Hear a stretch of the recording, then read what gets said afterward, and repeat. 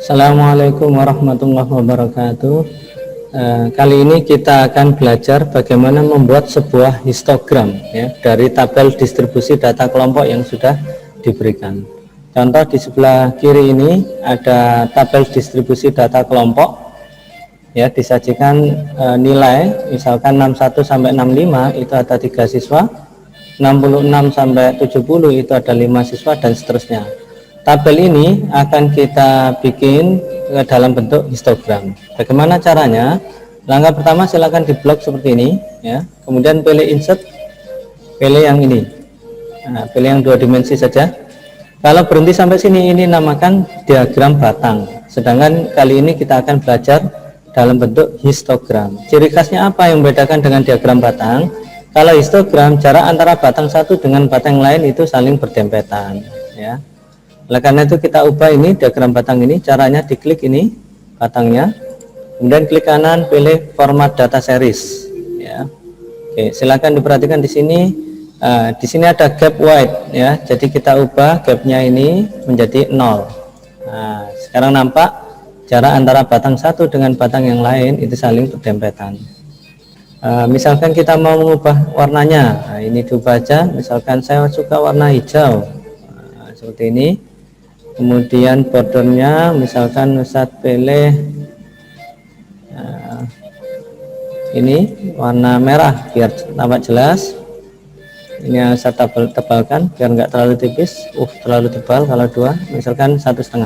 Oke, seperti ini. Ini adalah bentuk histogram dari tabel distribusi data kelompok yang diberikan.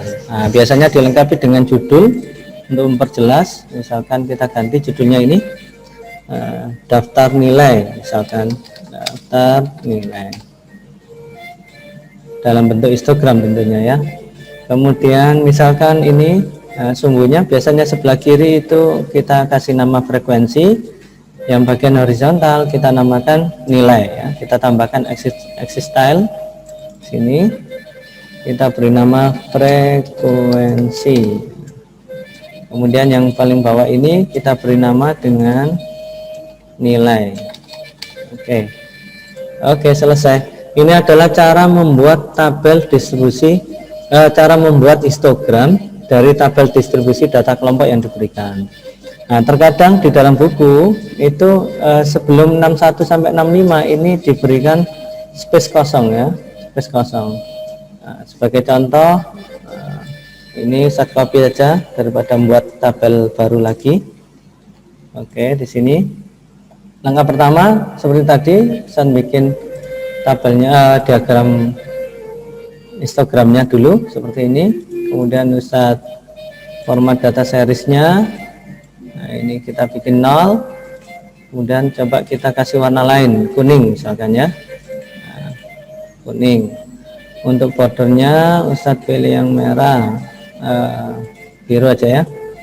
Oke, ini ketebalannya 1,5.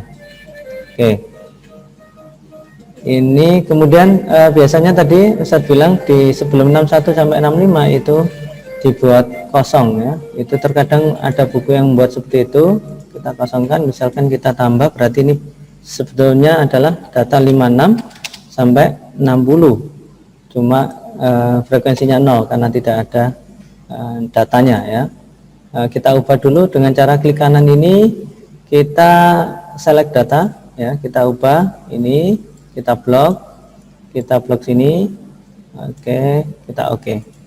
Nah, di sini sudah ada space kosong sini, tinggal kita hilangkan saja karena tidak perlu.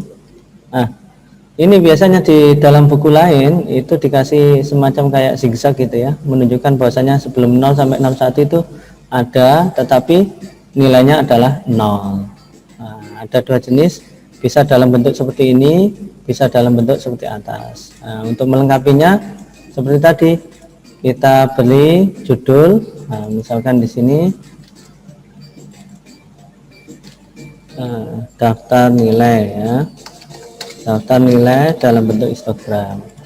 Kemudian kita pilih ini axis style-nya, ini kita beri nama frekuensi.